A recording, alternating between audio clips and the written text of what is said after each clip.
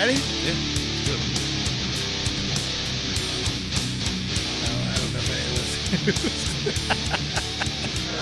All right. Those little taps. This is Ohio Wrestlecast number 8, I believe. I didn't do the number on the last one, Bud, because I don't want to seem undedicated to our product, but I did not look back on how many episodes we did. Unfortunately, it's burned in my mind from all the So work last one would have been involved. 7. This is 8. Yeah. Oh man, And, we got to start looking ahead, and we got to make 10 a good one. Yeah. Not that 8 and then whatever 9 is going to be isn't a good one. We think they're all good ones. But Yeah, but 10's a double digit. It's the most significant thing for us now. I think so. We might have to have bonus episode, bonus guests, extra long episode, maybe for 10. Yeah. We'll start planning after we're done here. There we go. Every 10 we'll make it big time. I like that. I think that's a good idea. Nice. And then if we do that, then we're gonna have to do something real big for like the 1 year anniversary. 1 year the 2-year anniversary? If we get to 50, with this, we gotta. We'll plan. We'll plan. And then we gotta go full Simpsons for the 100th episode. You know what I mean? Every special guest, every topic revisited. But you know what? That's going to dismiss how good number 8 is going to be right now. I think this one is going to be our most interesting one yet. Yeah. Maybe this might be an underrated episode in the future. Might be an underrated episode. Well, I hope so, man, because I've really enjoyed doing this. We started around WrestleMania season, so we got to talk a lot about the current product and you know, just kind of dive deep into what WrestleMania meant to us, things like that. And then, you know, we got to revisit, you know, what we really grew up on, which was the Monday Night Wars, but it was still like the big 3 even, because we had WWF and WCW and ECW, and we visited our favorites, and we visited tag teams. We did underrated, overrated, and our last episode, which if you guys made it through the whole thing, thank you so much. Yeah. This is the longest episode to date. We talked about underrated and overrated matches. We talked about the individual matches and what it meant. But for today's episode, and thank you for giving me the platform to do so, I didn't know if I wanted to do this because I didn't want it to ever be any sort of ego trip about myself. I don't think like my career is anything that is this, you know, incredible story. But after talking to some friends, including my Big Dan Candry out there, thank you for listening and subscribing, and thank you for everybody for listening and subscribing. But talk to some friends out there that, you know, they listen to this podcast because they want to support us, and they, you know, just support what we're doing. And they're not necessarily big time wrestling fans, but, you know, they sit through our podcast like, hey, no, I've went back and watched some of those matches or watched some of those guys you were talking about, and like, man, that's some good stuff. So for a lot of the folks out there that aren't super duper wrestling nerds, that are maybe getting their feet wet with wrestling, I thought it'd be a cool time to just tell my story and kind of tell, you know, my story personally and what wrestling means to me, but it's going to come with a ton of independent wrestling stories. There's so much that goes beneath the surface of what you see on TV, and I'm not going to share every secret imaginable today. We can. But I thought it might be kind of fun to take the time and talk about what I've been through, what I knew about the wrestling business, and, you know, just kind of share my story with everybody today. And hopefully other people are interested and download and listen. No, I think that's a fucking great idea. Let's do you want to be my handsome moderator, and you let's lead everybody down memory lane? I will be the James Lipton to your James. Oh man, who doesn't love some everyone. James Lipton? Is he still alive? That's a great question. I don't know. If he was dead, it wouldn't be surprising, but I didn't hear about it. Oh. James Lipton. Well, if he's not inside dead, the Actors Studio, and you're for some reason listening, James Lipton, you need to do an Inside the Actors Studio with yourself before you die. We'll host James Lipton on our show. There it is. Open invitation to James Lipton. We'll see what wrestling means to James the Ohio Lipton. Wrestlecast. That'll be a hell of a one. Fuck, maybe you should save your story for that. If James Lipton is involved, You'll that tell the story again. That will get much more elaborate and detailed. It'll be the director's cut. Yeah. The Dickie Willis cut. Well, we can start with Dickie Willis. There's a Dickie Willis cut as part of this story. Well, there's no better place to start, sir, than the beginning. So tell me how. What got you into wrestling? I guess we'll go way back. Way back, man. I will give you my earliest memory. Now, what I was told was that my Uncle Ralph, and that's not his real name, I always just called him Uncle Ralph, my Uncle Jeff, was a big wrestling fan. Got me into it in the mid to late 80s. And my dad never really cared for it himself. He always would say, like, your Uncle Ralph got you into wrestling. My first wrestling memory, though, was we mentioned on the WrestleMania episode. I was maybe 4 years old in Massachusetts, and I remember going to my parents' friend's house. Back in the day, if you wanted to order a pay-per-view, just much like, when we were growing up, still made more sense for one person to order it and everybody throwing some money. So I remember, and back then, WrestleMania was 1988. So that was SummerSlam 88 came around. So even at that point, it was only one wrestling pay-per-view a year. It was a big deal. Wow. So I remember WrestleMania 4 being over at my parents' friend's house is one of those, like, let's all go over there. And somehow I was late to stay up late on a Sunday night, and I watched the Macho Man drop the elbow on the $1 Million Man and win the title in the tournament final at WrestleMania 4. And my memories are kind of vague in and out. Like, I always remember watching, like, Sunday morning TV, watching Superstars and stuff like that. Primetime Wrestling was on Monday nights, but I wasn't allowed to stay up and watch it. Like, I knew that was, like, where some of the better matches were, even at that time. Yeah, I wasn't allowed to stay up and watch it. Like, I always missed the last, like, hour of Raw growing up. Right. Yeah. Oh, yeah. You could maybe watch the 8 o'clock hour. I had to go to bed I'd have to at hear 9. about it from all my friends who could. Had cooler parents than we did. The next day, Yeah, right. But you know what's funny, man, is a lot of my wrestling memories come from the move from Massachusetts to Pennsylvania, where I grew up, and it was the summer before my kindergarten year, 1989. Who else remembers shit when you're 5 years old? But I remember this sort of thing vividly. Now, my parents got me this. It was basically a wrestling encyclopedia, and I swear to you, I would pay top dollar if I could ever find this thing again. And I had this for forever. I remember, being yay thick, right, and lots of big full color photos, and it was like a red, like, hard binder. And at that point, I had only ever known WWF, right? Yeah. 1989. Now, as we know, going back, NWA was really big then too. Ric Flair and Sting and Dusty Rhodes and Lex Luger and the Legion of Doom. These are all guys that were never on WFTV at this point, right? Yeah. So, but I remember, knowing who all these guys were without ever seeing a WCW show, because I had this big red encyclopedia that I got from my move from Massachusetts to Pennsylvania. It was like a 8 to 9 hour drive in a moving van. And I remember looking through it, right? And I was looking through just for the guys I knew, because they had big color photos of Hulk Hogan and the Macho Man and Jake the Snake. But then they had Jake the Snake against guys that I never heard of, because they showed some of his stuff in World Class and in Mid-South. It had It showed all the territories. It showed all the territories. And it was just really the realization that there was more wrestling out there than what I had known. You had the small section of it. I had, and then, now. Actually, the biggest section of it, I think, at the time. At that point, it was the biggest section, because that was after Vince had started buying out the territories, and really it was just NWA, like Jim Crockett Promotions left. Because even then, those were, if you seen pro wrestling that wasn't WWF, you were seeing Ric Flair, Sting, Lex Luger, right? So those names are probably kind of ingrained in my brain. But I was looking, for all the people that I knew, and I seen Jake the Snake wrestling other people. I seen Ravishing Rick Rude and his previous territories, wrestling other people, and I'm like, well, who are these guys?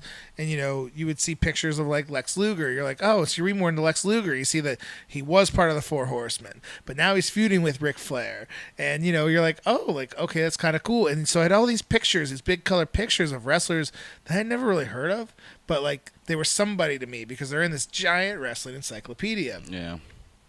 Later on, WCW starts becoming more available. When you got cable, you could watch WCW Saturday Night. So you started recognizing who WCW was. Started realizing, the Steiner brothers were a team that came from there to the WWF. You knew that they were with the other guys. When Ric Flair came in, they made a big deal about him being the world champion, and you're like, oh, I know who Ric Flair is, and him coming to WWF felt like a deal.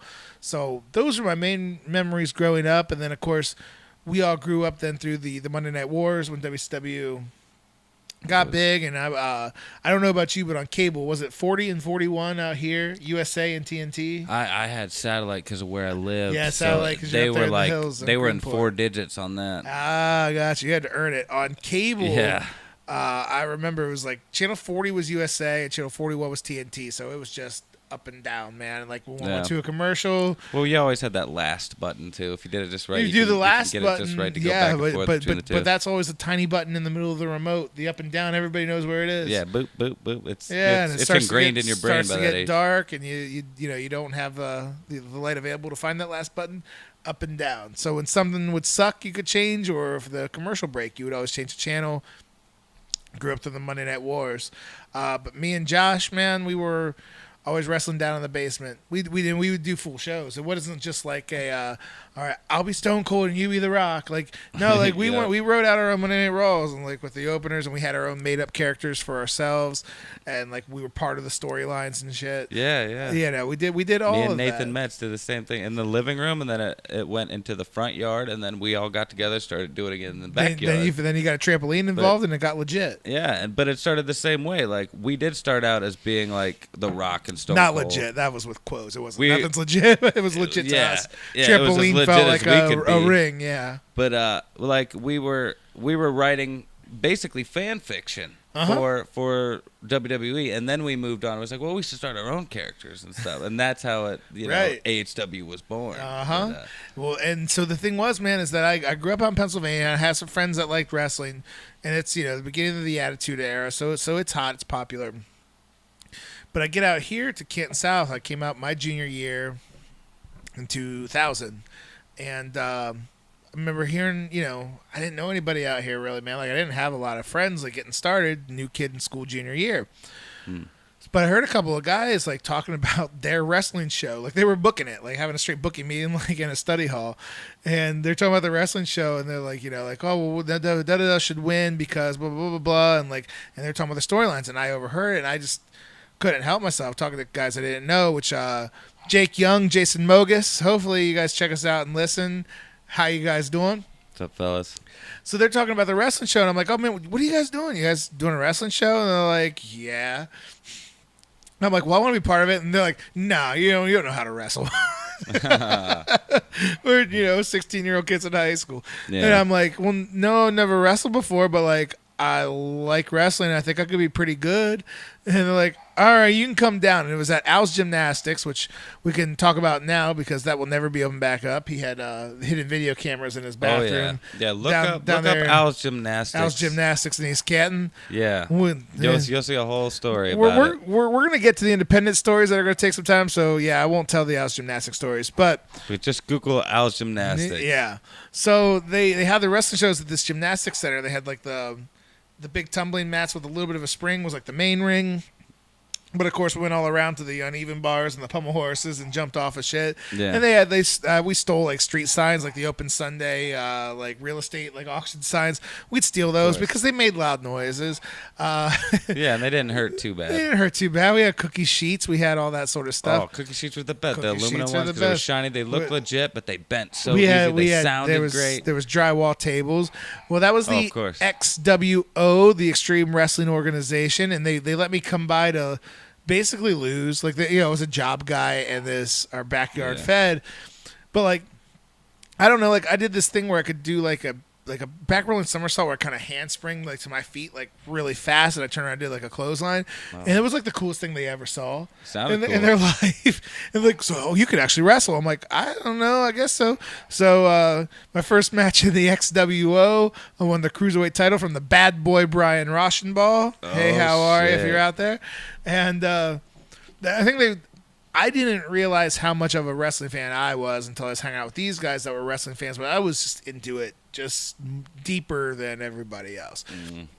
So long story short, we had our XWO shows and we had a lot of fun. I came to your HW shows at the trampolines, man. Oh and shit! We did the invasion before WWE we were the XWO invasion. XWO invaded the AHW. We sure did, and we had a lot of fun doing that. But the guy that got me involved, and here we're finally getting to where the story starts. The guy that got me involved was Andrew Wiley, who is Evan Wiley, Oh wow! previous Evan Wiley's special guest, brother. his older brother. Well, he did the XWO too, and like me and the Andrew, we laid out a match like really really seriously for a show we did where we actually charged admission. We had like 200 people show up for like $3 wow. a ticket. How much you guys make? I don't know, $600. We had to pay for a broken Nice. mirror that goddamn John Pachuta broke. We had to pay for a mirror, so we ran a ticketed show. It's a good thing you charged for the show. Exactly. Then. So me and Andrew Wiley had the first match because even then everybody knew oh well, that'd be a really good match. You guys know what you're doing. We didn't know what we were doing. Oh, we just also watched Tough Enough and kind of took it seriously. Yeah. Because I can remember back before the internet was a big thing. I would watch wrestling over at Matt Bailey's house, and Andrew would be there, and he would know what was going to happen before anything happened. Yeah, I mean that's the thing. The internet was kind of so he was that deep into it. But yeah, really before the internet. Once you started getting into wrestling, you just started to appreciate what they were actually doing and why they were doing it. Even if we weren't smart to it, yeah, you had that appreciation. And Andrew was older than all of us. He was Evan's older brother, so he had that sort of appreciation. So coming out of high school, I graduated high school in 2002. Andrew had gotten a hold of me, and he had found a wrestling school. And at this point, we're starting to get sort of smart to the business. You know that wrestling schools is where you go to train. Yeah. But and you heard it on TV, Killer Kowalski's wrestling school, but it's in Massachusetts, or Shawn Michaels trained in Texas, or in Calgary. Al Snow has one in Lima, doesn't he? Al Snow has one in Lima, did. but here's the thing: is that you knew about these ones that they told you on TV. And everything seemed kind of out of reach. You know what I mean? Okay, I want to be a professional wrestler, but I don't have the means to go to Calgary to train at the fucking dungeon. Yeah. And and again, now the internet was around, but it wasn't he threw in a Yahoo or a Google search of wrestling schools near me. What's going to come up in 2002? You know what I mean? Not much. Right. Nowadays, there'll be Reddit threads and things like that, or something that people will tell you where a wrestling school is within 10 miles of you. Now you listen to a wrestling podcast or a video on YouTube, there'll be ads in between. Sure. Yeah, and that's the thing is, even though the internet existed, it wasn't a Google search away of how you find a wrestling school. And to this day, I don't know how Andrew found this, but he found a wrestling school that was in Stark County. It was in Massillon. We're in Canton. It's for me from out here in the sticks, it was a 20-minute drive. Really close. Yeah, not far at all. So your dreams are in your backyard, basically. So Andrew found Shasta. Kevin Ballou Shasta was the trainer. He said there was a wrestling school, and at this point, again, you don't know how reputable somebody is or isn't. If somebody has a wrestling ring, it was the coolest fucking thing that ever existed. You know what I mean? In 2002 and everything we're doing, to touch the ropes and touch the canvas was it was the coolest thing. And so you didn't know, you kind of knew what independent wrestling was. You always see those multicolored flyers on the telephone poles with the pink, the yellow, and the green. Yeah. And it's usually Jerry Lawler versus Doink, probably even today. Versus Doink. Right, ECW legend that you might not have ever heard of, but one of 3 or 4. Right, so you know the independent wrestling's there, but you didn't really know the extent of it. Yeah. Even in 2002, WWF was kind of taking over everything. You didn't know ECW was gone. It was kind of a downtime for wrestling in right. general. It had to take a minute to pick back up. Ring of Honor and TNA were just getting started.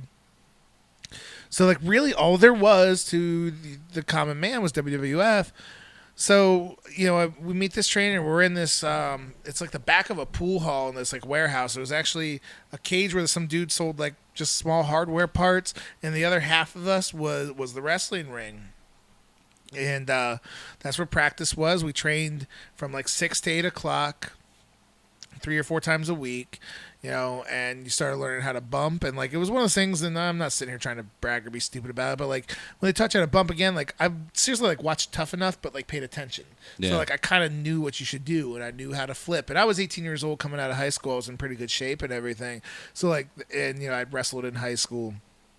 So the drills and the training and the cardio, we had we'd do 100 squats before we get started. We would run the ropes back and forth for 5 minutes, crisscross with guys, drop down, get up, stuff I like hear that. those ropes are a lot harsher. Than Most ropes in There's not much independent bounce. rings is just metal cables wound as tight as you can, so when you hit them, you bounce, but they cover them in garden hose. So you're not hitting the cables direct, but it's just metal. It's like running into metal. And every single person that's ever trained, when you first get started, because you run the rope so much, because you got to learn how to do it. So you're going to do it from 5-10 minutes at a time at least. Yeah. everybody will have a bruise right here under your armpit and right here at the top of your ass, because that's where you hit the ropes every time, and you're going to have them. Just like if anybody ever played football, like the first week of practice, you have bruises everywhere because your body isn't used to banging around and getting beat up like that, but it gets used to it. Yeah. And the bumps, I mean, you everybody who had a legitimate wrestling training, the first day, you're going to come home and you can't move, man. Oh, I bet. You were just stiff to the core. Once you start hitting the ropes, you're going to be sore, but your body adapts to it and you get used to it. What about that first bump you took? What about that first real real bump? Not bad. Really? I was told what to do, which I'm not going to share everything on this podcast, but I was told how to properly take the bump. Yeah. To protect yourself from the ring. Felt pretty good. Now when I remember taking my first bad bump, the way that you're not supposed to take it, and the way that the impact doesn't absorb to you perfectly, I remember that. I bet. I remember the first bad flip and I still, to this day, Mark, the only hospital visit I ever had from wrestling, okay, was from a regular hip toss in the ring.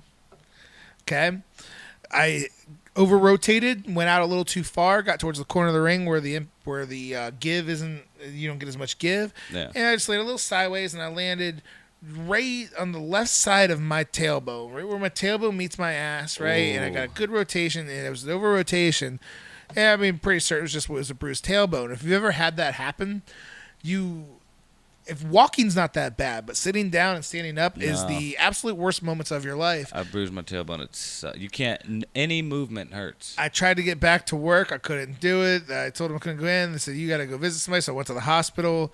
Told them that I fell on some ice because it was shitty weather outside.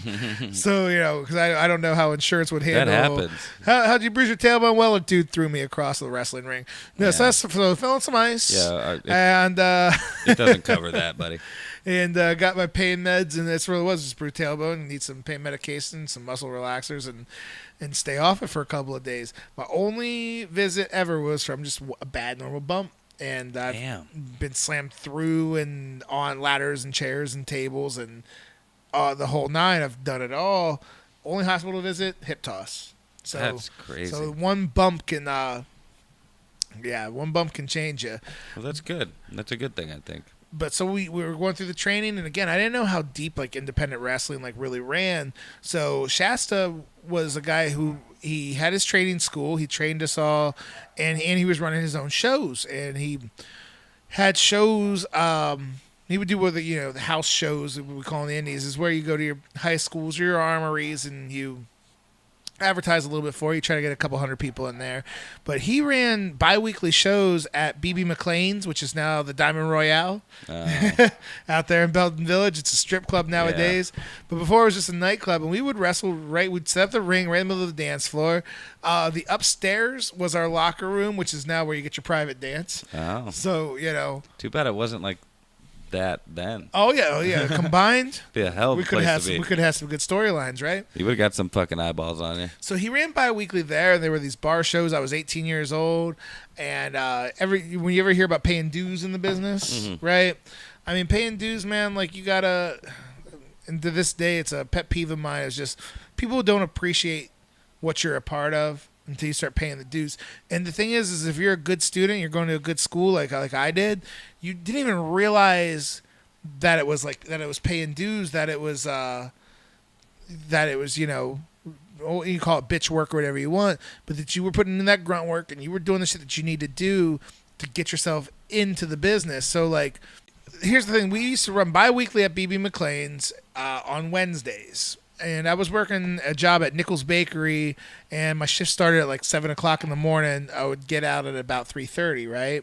So 3:30 on Wednesday, I'd get out. I'd go right to the school in Massillon. We had the ring was set up, for practices and stuff. So it would be me, and all the students were supposed to do this, but it was one of those things where some people conveniently only worked Wednesday nights, or couldn't be there for this and this reason because it sucked. We had to go into the school, tear down the ring bit by bit, load it up into a U-Haul, drive it to the show, take all the shit out of the U-Haul, put it together bit by bit, right? Make sure everything was good to go. And then we would run security for the show. It's not much security, but basically, especially at bar shows, people could be drunk assholes.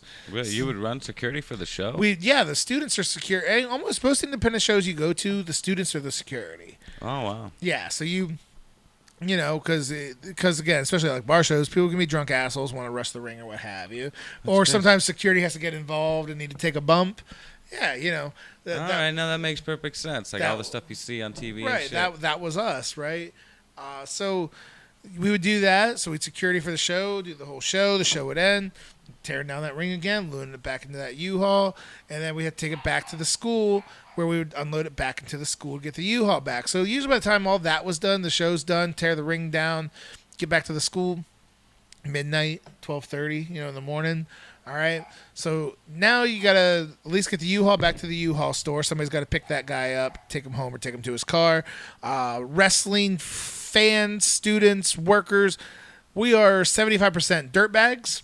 So most of these guys, these students and trainees, didn't have a car. I was one of the unlucky saps to have my 89 Grand Prix. So I would be that guy following the guy to the U-Haul, taking him home and taking 3 other guys home all around the county.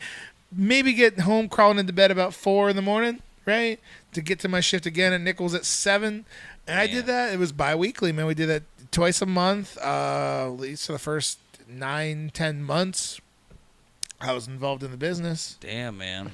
And those are just the Wednesday shows. When we would do shows, we had some spots set up in the Columbus area, like on Saturdays. We'd have to go and do that. We'd have shows set up in the New Philly Dover area. We'd do those shows as well. But those were just the bi-weekly normal schedule that you would do. And that was under MCW, Main Event Championship Wrestling that Shasta ran. Damn. So we do all that, and I remember I got to make my debut. I started training in the summer of 2012. I made my debut in February 2002. 2003, I made my debut against Andrew Wiley. Oh, wow. He was training there. He was the one who got me into the school. I didn't realize he was doing that. Yeah, so he was. He had already been wrestling. I think he had gotten hurt and then took a little time off and was coming back under a new character. So he and I were at the wrestling school. We practiced our match probably 50 times and wrestled at this bar in front of maybe 50 people, but 20 of them were probably like my friends and family because we're geeked to come out. So we go and do our match. So he was Drew Dennison, which was a kind of a sexy boy like Drew Dennison, a beefcake character. But if you know Andrew, he weighed about 130 pounds soaking wet. Yeah, so that was kind of the gimmick. It was pretty cool. I was Wilbur Whitlock from day one, man. Where I Dickie Willis never made it on the Dickie Willis never made the independent circuit. It was Wilbur Whitlock because I wanted to wear my grandfather's legitimate Oshkosh like train engineer looking bibs. They were the coolest fucking looking things. I wanted to wear them, and so they kind of developed the character around that. And Shasta came up with the name Wilbur Whitlock, and I did a half-assed Southern accent like this. I was from Black River, Arkansas. I'm Wilbur Whitlock, and I kind of played a stupid hillbilly, like for starters. You a Melee boy, kind of. Well, see, that's what I'm saying. I got experience being the Melee boy, right? Yeah. So Butch Melee. So we kind of did that character going into it, and I had the whole idea. It was like, pair me up with a girl that's like super hot, and like everybody be like, why is this girl into Wilbur Whitlock? Who knows what he's got going on? And then it would turn out to be my cousin, like like just something to like make me look stupid because I was coming in as a heel. I like it. So me and Drew did that match like 50 times. We rock and roll. And there was me and Drew for most shows we did. Like we did like a show exclusively at the school. We did a show out in the Columbus area, Mount Gilead or Mount Vernon and something like that. And then we wrestled at the Canton Civic Center. Me and Andrew Wiley. But we were the dark match. It was only one dark match, and like the crowd was pretty much full anyways. So we got our moment in front of at least 1,500 fans at the Civic Center. Me and Andrew. Damn, that's fairly early too. Andrew still owes me because he was kind of flaking at that moment, and I remember Shasta saying like, Andrew, if you're Shasta's from Georgia, if I do some Shasta impressions along the way, this is going to be exactly what it sounds like. I said, well, goddamn, if you're going to stick around with us, I'll put you over, Jerrod. I'll put you over at the Civic Center. You're the experience. You're the pro. But if you're going to fucking leave, well, I might as well have Jerrod fucking beat you. All right, there it And is. so Andrew says, no, I want to stay. I want to stay. Well, he wrestled me, beat me, and Andrew, correct me if I'm wrong, but I think that was his last match. Really? Yeah, and again, this is an Andrew story, but like, I mean, I know he met his current wife, around that time, and just seemed to, have other obligations that he was more into. And so, but I stuck around. I never fucking left, and I'll still talk to Andrew just to mess with him and be like, he probably could have been better than me if he would have stuck around. Like, I always tell him, like, you got one more match in you. I always like messing around with Andrew. Yeah. But I stuck around, man, and I stuck around with MCW, and I did a couple more shows at the Canton Civic Center. Just awesome trips, man. Like, that's the biggest building in our town. The biggest indoor building is the Civic Center. That's our arena. That's where the WWE goes to this day. And we ran some really cool shows there. Like, we had, Bret Hart was on the show. Didn't wrestle. That was after his stroke. Just kind of did an appearance. Mick Foley was a special guest referee for us. But we had... Jeff Jarrett was there. D'Lo Brown. Oh, nice. Al Snow wrestled my buddy Jebediah in the main event. Sweet. Yeah, like, we always bring in a few big names. The Dudley Boys were there one year. Like, we always bring in big names, and it ranged from probably like 2,000 to, a little less than 1,000 by the time, it didn't become feasible to run it anymore. But doing the Civic Center shows was really, really cool. But the thing is that, again, as I mentioned before, I didn't really know what all encompassed independent wrestling. I was like in my own bubble, with MCW, because we were running bi-weekly shows. We would set up shows at our wrestling school where we would do. And then we had like some fairly big shows in like Alliance and Dover. And then we'd do those Civic Center shows a couple times a year.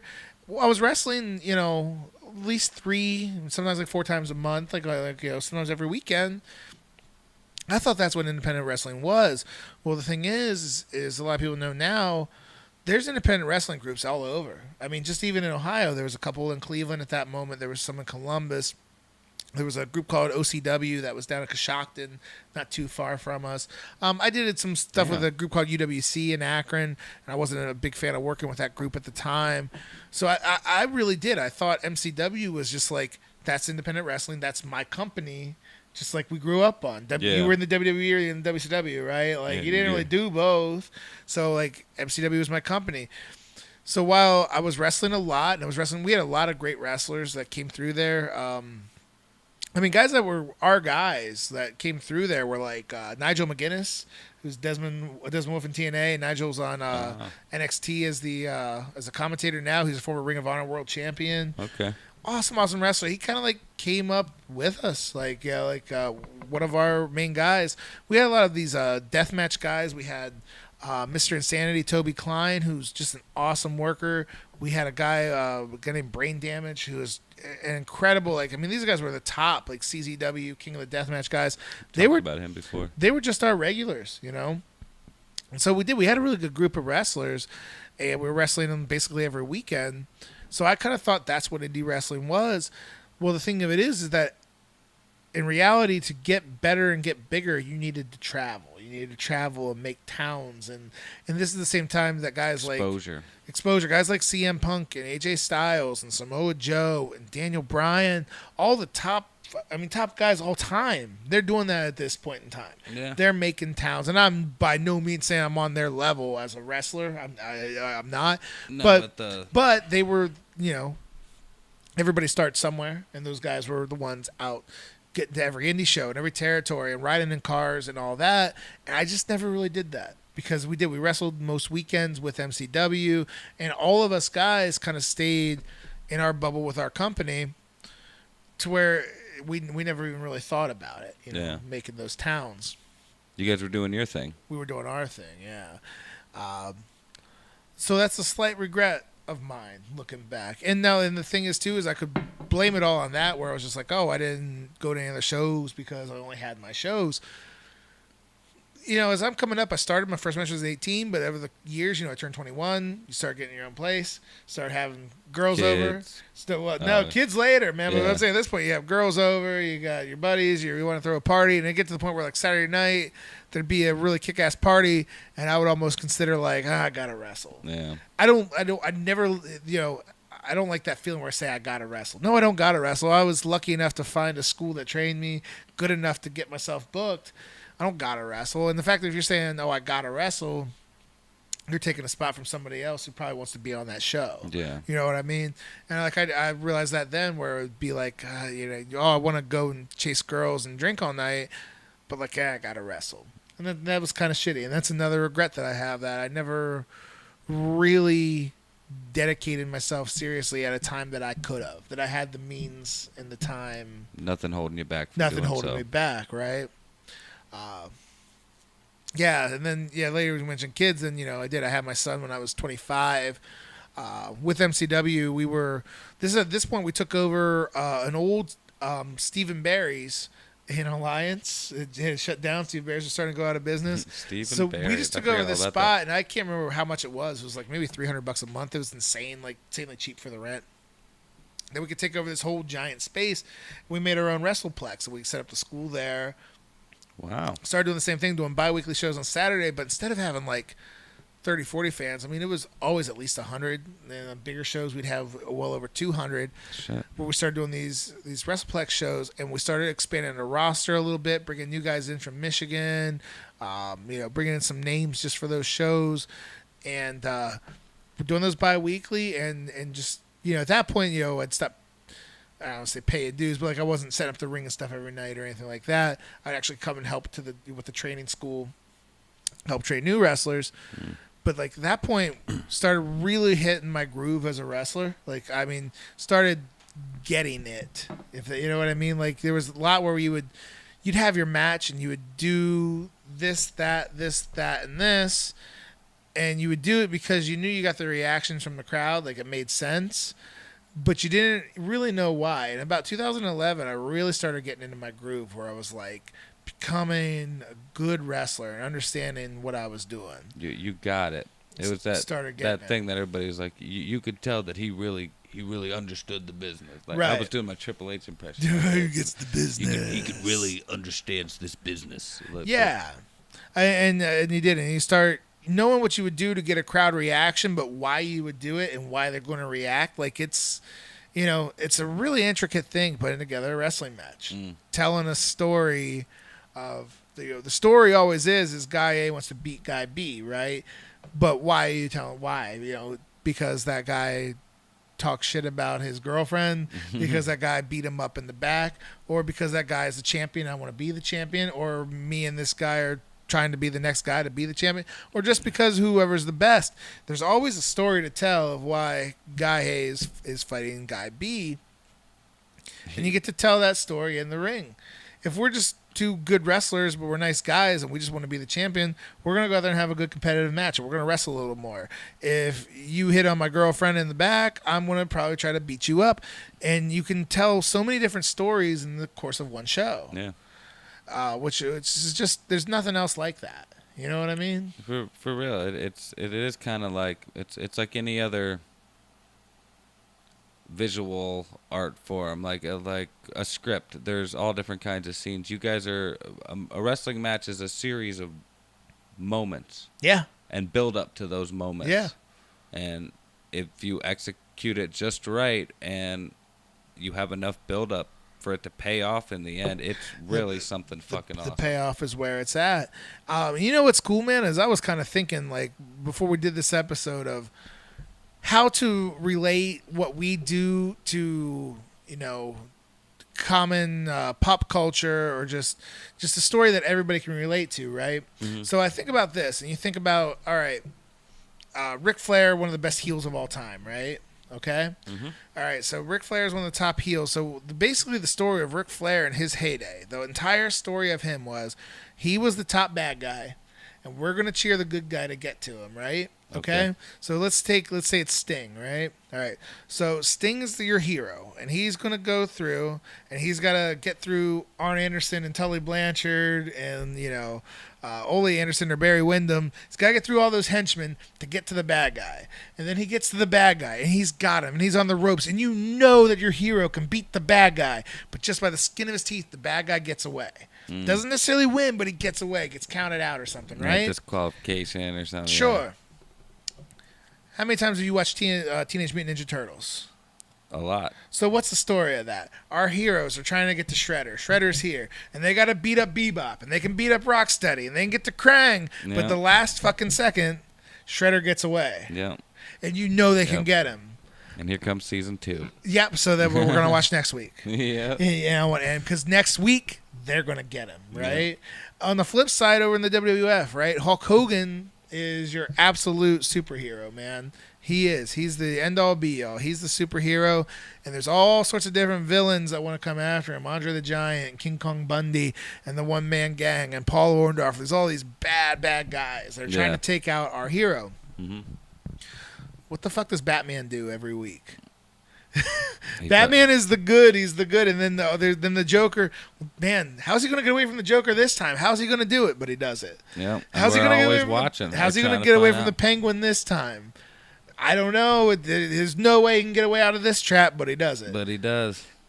That was the story being told. And when you think about something like that, and in both cases, I want to watch next week. I want to see the bad guy get his.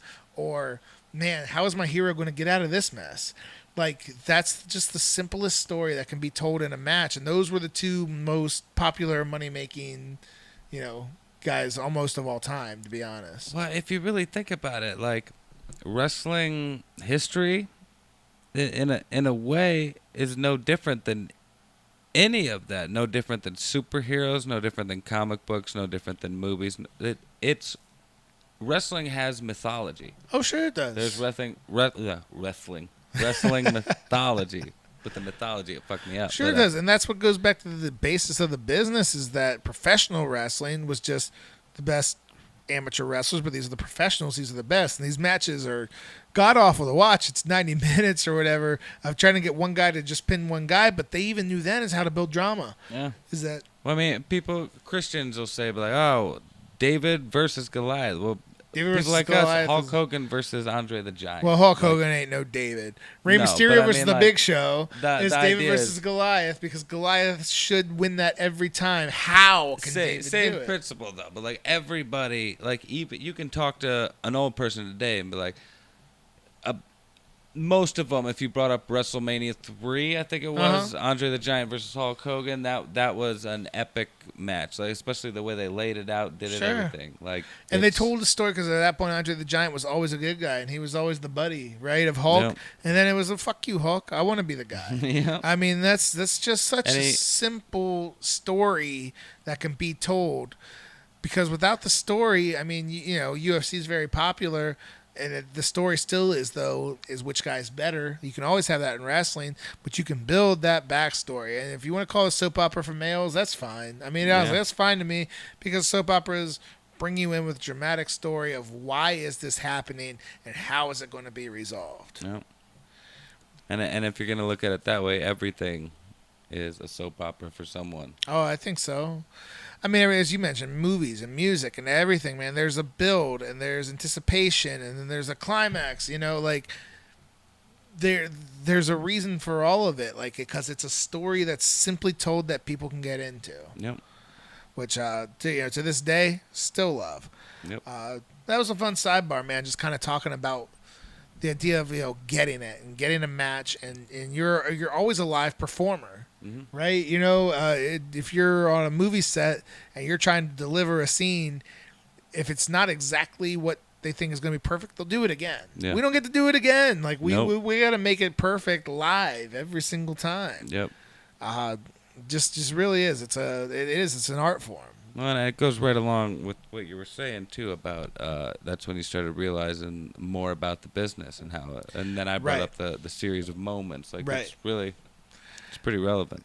Absolutely it is, man. And you start understanding how to get that audience to be a part of your match. You're not just performing for them. You're performing to get them to be involved, and it's just really unlike unlike a lot of any other sort of entertainment. It's not like being an actor or something like that. You don't get that real feel. Yeah. Maybe a musician might be similar, where you can maybe feed off of a live audience, but even then, when they're recording something in the studio, it's a finished product. Yeah.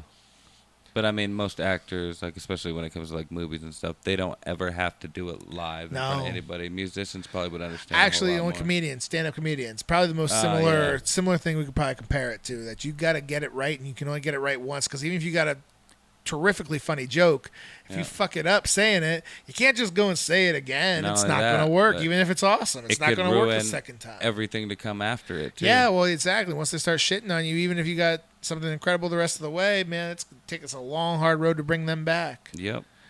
Man, yeah, that's not far off. I never really even thought of that comparison, but that's, I think, pretty accurate. Yeah, stand-up comedy is a really good comparison, actually. Yeah. But so, at that point, we're doing MCW still. We're getting out some good crowds, and like I kind of realized, like I had never taken any like significant time off. Like, luckily, knock on, you got some wood.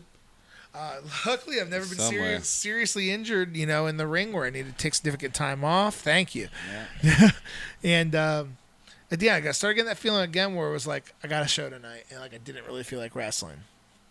And at that point, Dewey was born, my oldest son, and I'm like, I don't have to do this. And if same sort of idea, like with the MCW product was doing really well, and I'm like, if I don't want to be here, somebody else should be here. It just made sense to me. So I said, I'm like, I just need some time off. Shasta asked, like, you done? I'm like, I don't want to say I'm done. I don't want to be like Terry Funk and retire 30 times. Like, but for now, like, I'm kind of done. And I did. It took about 9 months completely off. And then I started getting that itch again where I wanted to wrestle again. And I did one show back at the Firehouse in Massillon. not a real firehouse restaurant. They had a bar downstairs where we could wrestle. It was pretty cool. Wow. And did one show back. And then at that point, I think Shasta was done. He just didn't feel like running anymore. And for me, I just had that one match back. And I just... if he's done, like I was wanting to come back to wrestle for him, I didn't really want to go making towns doing the indies, like I was kind of done again. Yeah. My friend Jeff Meekins runs a benefit show, and he was doing it every year. Well, it wasn't even a benefit show; it was a tribute show because it was free admission. He was running a tribute show for his younger brother who died of a brain aneurysm when he was like maybe 20, 21 years old, real young kid. Oh, that sucks. Watching Monday Night Raw with his dad, and Jeff put on the show. His brother Mike is one of my dear friends. Both those guys are my friends. Their dad, like they were part of the, they came in around the same time I did, all roughly the same age, huge wrestling fans. So Jeff asked if I could do that show for his brother, and I said, yeah, man, absolutely. Like, I haven't wrestled at that point. I think I had another like 7-8 months off. So I'd wrestled one match in the span of like 16 months. Took a good bit chunk of time off. Wow, yeah. I said, I'm not in wrestling shape at all. I'll come and wrestle. He's like, well, I want to run the main event with you. And I was like, all right, man. Like, you know what? Like, I've experienced enough where I'm like, I could probably put together a 15-minute match, even being in poor shape, without wrestling forever, tell a good story, and then, we'll be all right. So I said, yeah, okay, we can do that. We can figure it out. Well, when Jeff was running these shows, he didn't really give any sort of guidelines to any of the matches. Like, usually on a well put together show, me and you were the first match. You got 8 minutes. Get in there, get it hot. Second match, you got 10. Third is maybe before intermission. Okay, you guys can go 15, but then the next match 8. It's kind of structured. Gives some sort of outline of what's going on. Right. Jeff didn't do that to anybody. Everybody was wrestling for free for him, so it was kind of a go out there and wrestle, have fun. So the first match were a couple guys that weren't very good, and they went well over 15 minutes. Oh wow! In the first match, and I'm thinking to myself like, I hope I can get a 15-minute main event, right? Yeah. So How do you follow these that? two bums go 15 plus. And I said, shit, I'm Wow. going to have to at least go 20. And then another match later, I think went 20 minutes. It's like, I got to go like 25, the main event. So I told Jeff, I was like, all right, here's what we're going to do. Like, I'll tell this story. We'll keep it slow.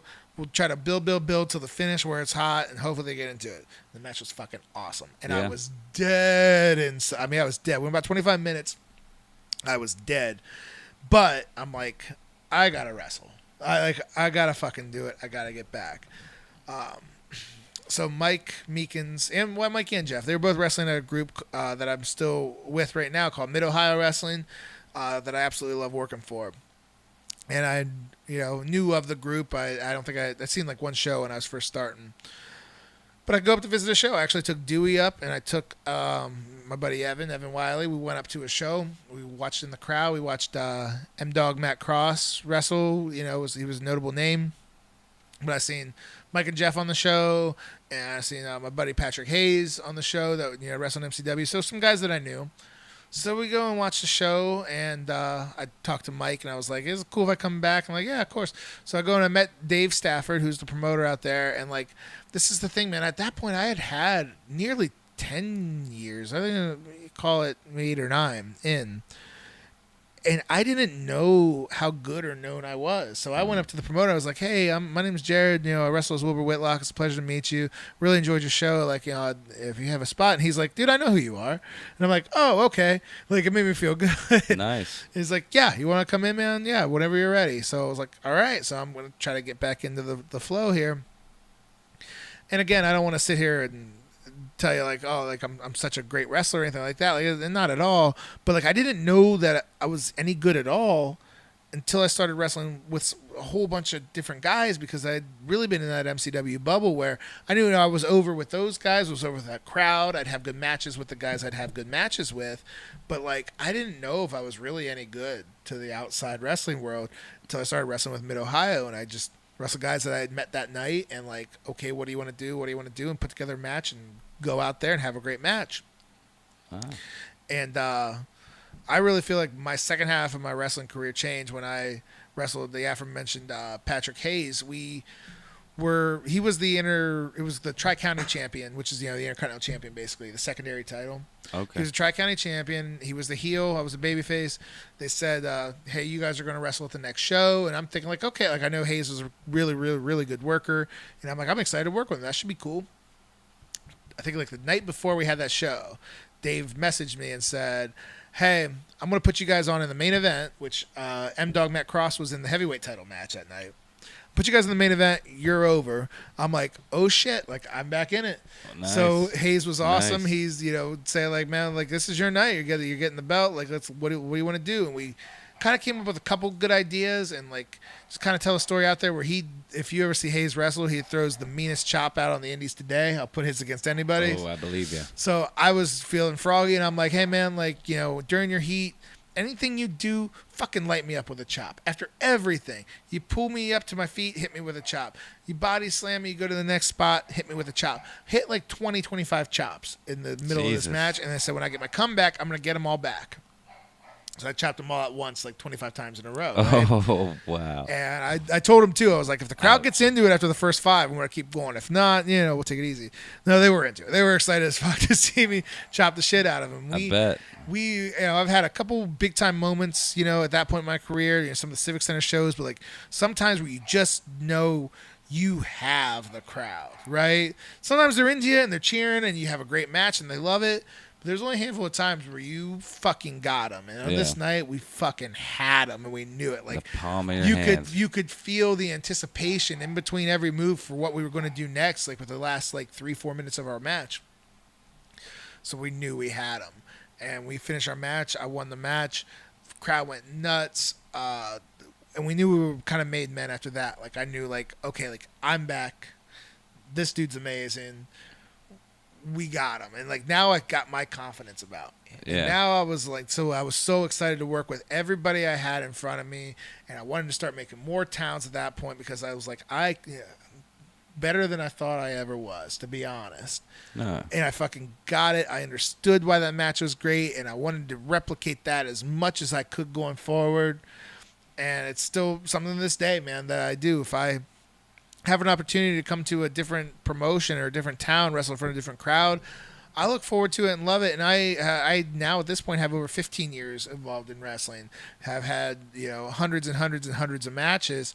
I don't care if I'm out there in the second match of the card putting over a kid that's been in there for a year, because I want to make that story make sense. I'm a 15-year guy and I'm a fucking prick, and I'm going to make this first-year guy look really cool tonight. I like being able to tell that story and have it make sense. and it's still just something I look forward to today. I don't doubt that a bit, sir. And Jeff Lights Out Hughes, one of the soon-to-be best heels in the MMA game, even said you're one of the best heels in the indie wrestling game. So, possibly of all time. Jeff Hughes is a huge fan of my heel work. I actually get that almost everywhere I go. I personally enjoy being a babyface. I don't know, and it's not even like you like when people like you more than they hate you. Like, yeah. No. Like, I like being a heel. I like if I can get something to either make them cheer for the babyface like crazy or boo me like crazy. It's like, I got you. Like, you did exactly what I wanted you to do. I like wrestling as a babyface more though. Really? Yeah, I really do. And now, here's like it's nice to be loved, I'm sure, or liked. I got a comparison, and it's going to make me really sound like an asshole because I'm not comparing myself to Ric Flair in any way. But Ric Flair everybody knows him as a heel, right? Like, he's the Nature Boy, style and profile, and so you know him as. But like, man, I really feel like his best matches are as a babyface. I like him against like Terry Funk, or against Vader, where like he's got such great fire, like wrestling wise. Like, he's not necessarily. We cut the same promo. Still the same reaction, but when he wrestled, he was always doing dirty tricks and really slowing him down and grinding him down. I thought he was so good as a babyface wrestler because you get behind him, and every time he throws those chops up, the crowd goes nuts, He is. There's no doubt that he is. I mean, he's just got it. So, and he can go either way, just like Stone Cold. He was a heel that was a babyface. Oh, yeah, and that's usually your best characters, is if you don't really change up what you're doing, you just change up the matches and why they respond to the matches. Stone Cold Steve Austin was a heel giving the middle finger and and all that, and beating up his bosses. That was a heel Stone Cold that did it. Yeah. So now all of a sudden, don't change any of that. You don't change your character, you change your morals. Yeah, well, who you do your shit to. Yeah, really, it is. It's just you don't fuck with the baby faces. Exactly. You fuck with the heels. Yeah, and I try to now my thing is though I try to amplify my character one way, bass and treble basically. Like if I'm the baby face, I'm still coming out there, but I'm a little bit more like Scrappy. I'm going to fight you to the end, and I want you to cheer for me. As a heel, I'm much more of a shithead, but I'm still scrappy and I want to fight you to the end. Because I knew that's what my character had to be. Like, I'm not the biggest, and I'm not much of a high flyer. But damn, you could take a beat. I'm technically sound. Like, I know where to be at all times. But yeah, like, that's kind of the deal. I never minded taking a bump. I love bumping for, as a heel for the baby faces. If especially if I'm fighting a big guy, if you throw one punch to me, I'm literally like flying across the ring like I got shot out of a cannon. Like I like making them look good.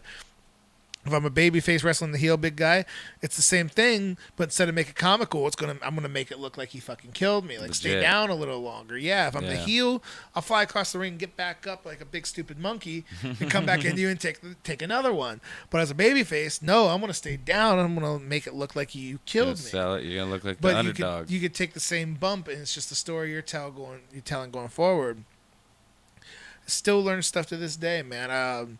I got a fun story wrestling, which coming up plug wise, July 27th, Dropkick Diabetes 4. We are going to be at the Guilford Lake Grill. One of my favorite shows of the year. Again, we wrestle that show, and we do it all to donate to the Akron Children's General Hospital for the Diabetes Foundation there, and we've raised thousands of dollars. One of my favorite shows that I do every year, so please check that out. Get out there, people. But one of my favorite stories from wrestling was Dropkick Diabetes 2. It was a couple years ago. Wrestled a six-man tag. Me and the aforementioned Meekins boys, Jeff and Mike, we were a six-man tag against Max Alexander, who helped put together the show. And then it was his tag team partners, Rhino and Tommy Dreamer. Nice. Right? Nice. And there's, I've wrestled some other names and stuff like that. And, some cool stories. But this one was like the one, like I was telling Josh and Jeff, like we were wrestling in the basement doing ECW matches, being Tommy Dreamer and Rhino. Like, yeah, how I bet. I don't doubt that. Fucking cool is that, right? And there you are wrestling them. Here we are wrestling them, and like kind of going over stuff with Tommy Dreamer. Like again, now here's the thing. Like I have 12, 13 years in the business at this point. I'm confident that I know what I'm doing. Obviously, Tommy Dreamer knows so much more. Right, more time and just in the ECW and the WWF and on TV, like he absolutely knows way more than I do. But I felt really confident kind of talking to him about what we were going to do with the match. And then he basically kind of told me, like, just stick with me out there because it was going to break down 6-man tag and stuff. So I'm just paired off with Tommy Dreamer, and we're on the floor doing, an ECW-style brawl. And Nice. he just said, just keep feeding Timmy. So that basically means everything I do, I'm not fighting back on him. I'm just feeding to him and getting the crowd behind him. Gotcha. So we're doing a good old school ECW crowd brawl. He's taking me to the chairs and, ramming me into the chairs, and we're having fun. And I see him grab a fan's pop. And I'm just selling. I hear him go, close your eyes. So I come at him, close my eyes, spits a giant mist of pop, and I'm selling like big stupid monkey. Wow, that's so cool. And I was like, and it's just the most over dramatic thing in the world. Like I'm completely 180 from him, 10 feet away, throwing big phantom punches, like thinking he's there. And I come feeding back into him, and I see him crack a smile, and he goes, "Fucking perfect." He drills me with a punch, take a big bump. I like it.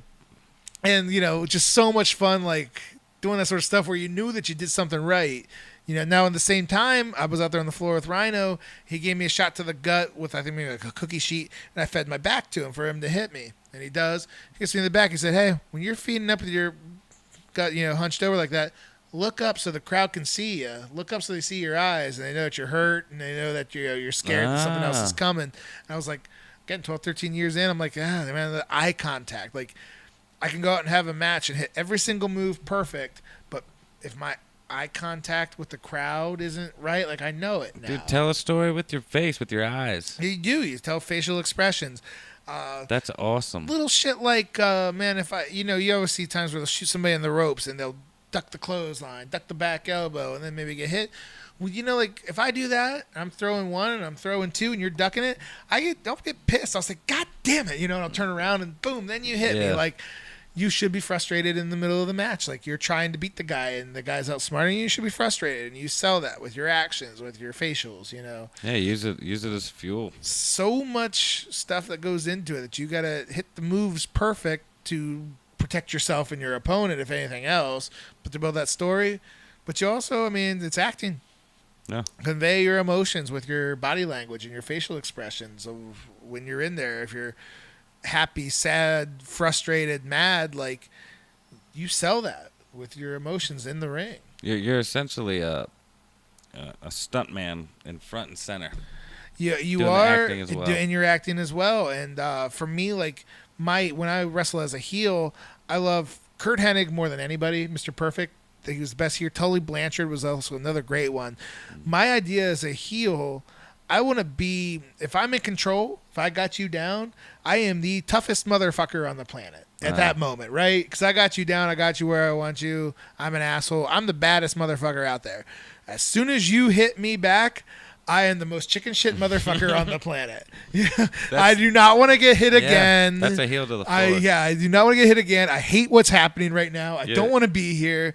Like, and those are both two different guys that you want to see get his ass kicked. Yep. Right? The bully that talks so much tough shit, and then as soon as they get punched, they're crying like a baby. And the crowd wants you to get yours a little bit more. And you just try your best to not give it to them. And when you do get it, they love it even more. Oh, yeah. So many small stories you can tell in a match that the crowd doesn't even realize is happening unless we sit there and break it down for them, which we will, we're not going to do. Yeah. I can tell you examples of just in broad, but I won't ever sit here and tell you of like, oh, did you like this match? Like, I love this match. What were you guys thinking?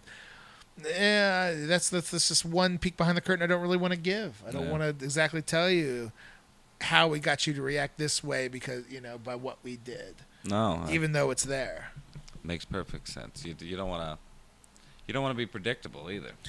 No, you don't want to be predictable, and you don't want to be predictable with your matches because, and that happens a lot when you watch on TV. I mean, John Cena's a good worker by all accounts. You know what I mean? He gets over, gets reactions. But, nowadays when they're literally on TV every week, you get tired of the same shtick. Rey Mysterio is one of the most incredible athletes of all time, but you almost got tired of his shtick because even though he did incredible shit, he did it every week. Yeah. RVD did incredible shit every week. No, that's you true. see it, and it's tough when you have that much exposure.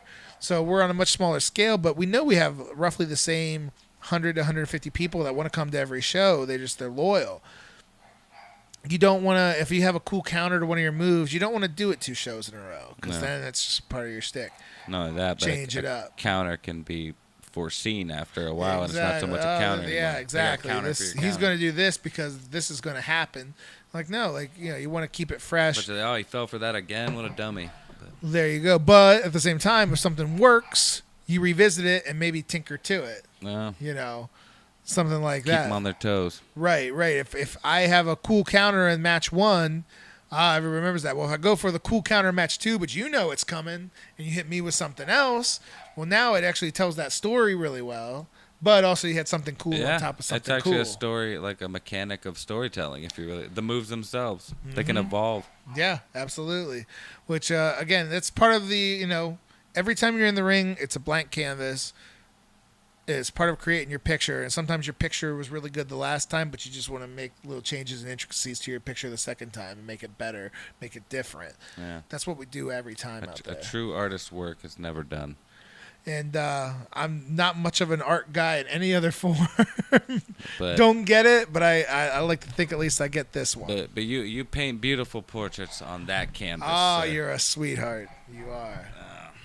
Well, I guess that's probably a good point to end there, sir. I think so, man. And, I think we could probably fill up a podcast with some more just stories. Yeah, I was just about to say maybe we'll have a part 2 here. I think so. Because I got tons and tons of fun stories on the road, fun stories in the ring, backstage. I don't mind sharing some of those for our listeners. Nice. But for today, man, I thought that was kind of cool, kind of tell my own personal story and just, man, what wrestling really does mean to me and what I think we can convey. And by all accounts, if you see me at an indie show near you, I'd love to see you. Come check us out. But if you see one that I'm not on, go check out your local independent shows. Yeah.